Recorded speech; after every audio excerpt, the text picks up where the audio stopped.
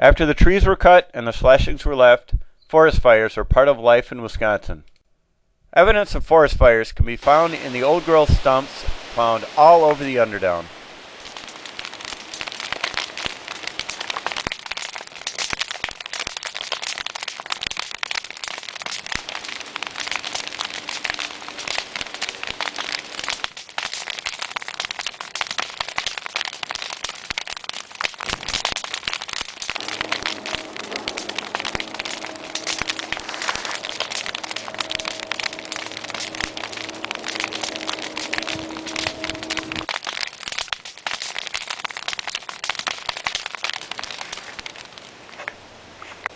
In July of 1910, fires started in a farm or slashings west of Heineman. Some say 2 or even 3 fires came together all at once at that town. High winds pushed the fire past town, but then the winds turned and the town was engulfed with only 20 minutes warning. The Heinemans went from door to door, getting residents back to the depot so they could escape to Gleason in empty rail cars that they took without permission. Even the bridges burned, so the last of the firefighters had to escape across the river on booms. Everyone escaped, but the mill and all but one house in this town of 400 was destroyed. It was never rebuilt.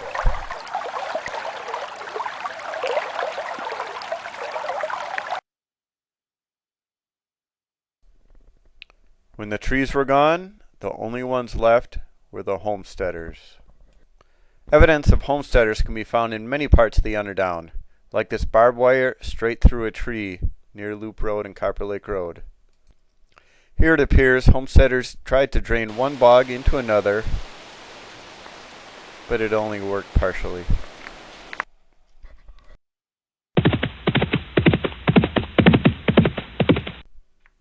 On the Round Top Hill, you can find more barbed wire through the trunks of trees.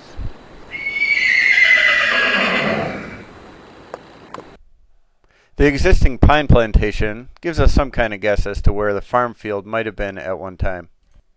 The most famous homestead is that of Bill Underdown himself. The Underdown Recreation Area got its name from all-around tough guy William Underdown. In 1855, he was born into a family of English sheep herders near DeKalb, Illinois. He headed off to Mount Edna, Iowa, to become a prize-winning farmer of sheep. There he caught the eye of 27-year-old Louisa, and they were married in 1881. The couple lived in Lincoln County, Wisconsin for 13 years before returning to Illinois.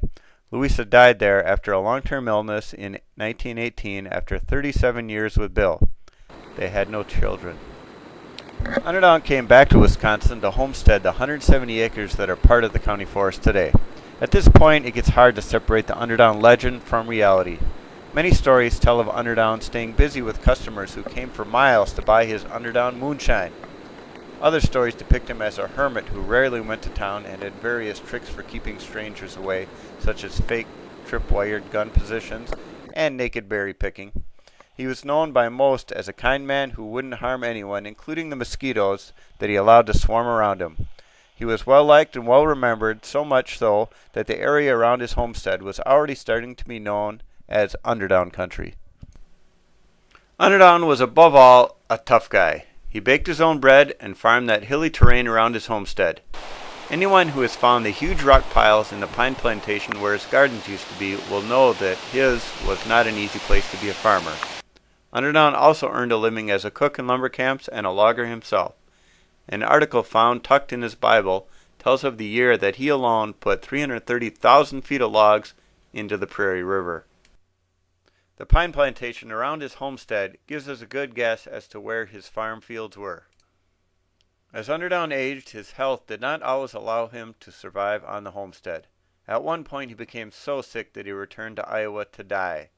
Underdown survived Iowa and returned by train. The friend who finally got him home was surprised to find the house with leftovers on the table, just as Underdown had left them before his trip.